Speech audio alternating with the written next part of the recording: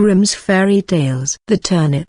There were two brothers who were both soldiers. The one was rich and the other poor. The poor man thought he would try to better himself, so, pulling off his red coat, he became a gardener, and dug his ground well, and sowed turnips.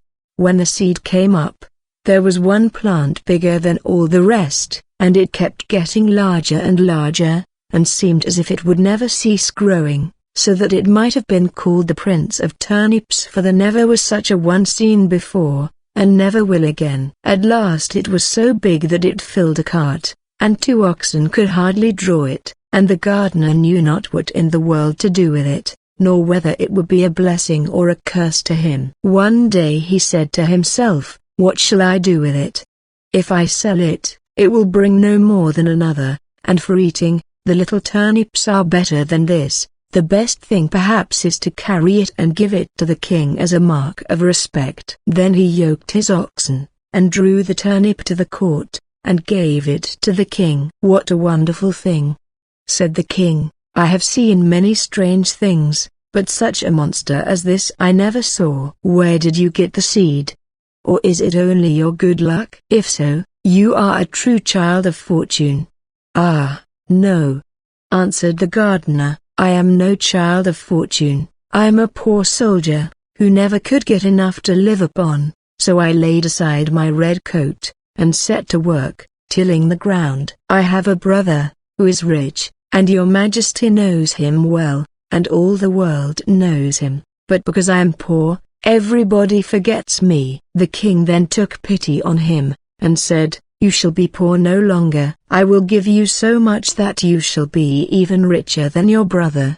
Then he gave him gold and lands and flocks, and made him so rich that his brother's fortune could not at all be compared with his.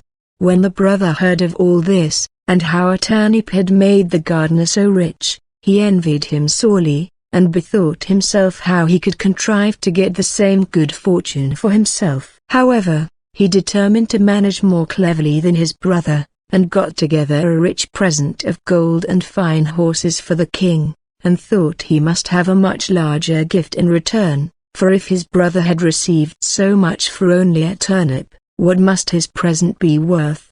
The king took the gift very graciously, and said he knew not what to give in return more valuable and wonderful than the great turnip, so the soldier was forced to put it into a cart, and drag it home with him. When he reached home, he knew not upon whom to vent his rage and spite, and at length wicked thoughts came into his head, and he resolved to kill his brother.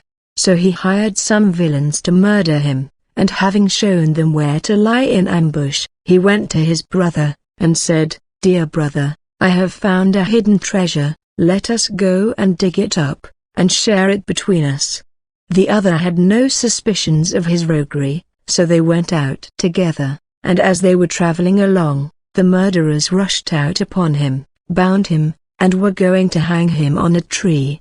But whilst they were getting all ready, they heard the trampling of a horse at a distance, which so frightened them that they pushed their prisoner neck and shoulders together into a sack, and swung him up by a cord to the tree, where they left him dangling, and ran away. Meantime he worked and worked away, till he made a hole large enough to put out his head. When the horseman came up, he proved to be a student, a merry fellow, who was journeying along on his nag, and singing as he went. As soon as the man in the sack saw him passing under the tree, he cried out, "Good morning! Good morning to thee, my friend."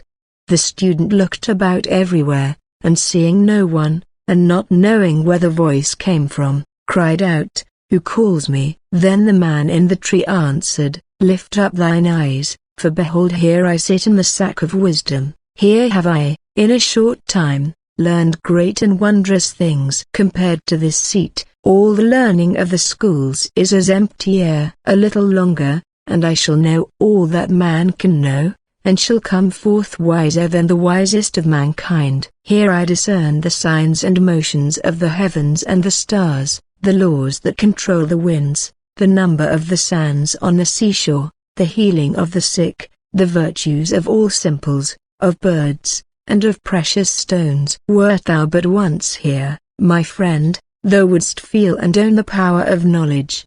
The student listened to all this and wondered much. At last he said, Blessed be the day and hour when I found you. Cannot you contrive to let me into the sack for a little while? Then the other answered, as if very unwillingly, A little space I may allow thee to sit here, if thou wilt reward me well and entreat me kindly, but thou must tarry yet an hour below, till I have learnt some little matters that are yet unknown to me. So the student sat himself down and waited a while, but the time hung heavy upon him, and he begged earnestly that he might ascend forthwith, for his thirst for knowledge was great. Then the other pretended to give way, and said, Thou must let the sack of wisdom descend, by untying yonder cord, and then thou shalt enter. So the student let him down, opened the sack, and set him free. Now then, cried he, let me ascend quickly. As he began to put himself into the sack heels first, Wait a while, said the gardener, that is not the way.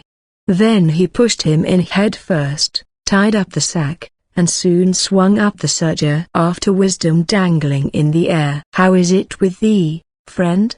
Said he, dost thou not feel that wisdom comes unto thee? Rest there in peace, till thou art a wiser man than thou wert. So saying, he trotted off on the student's nag, and left the poor fellow to gather wisdom till somebody should come and let him down.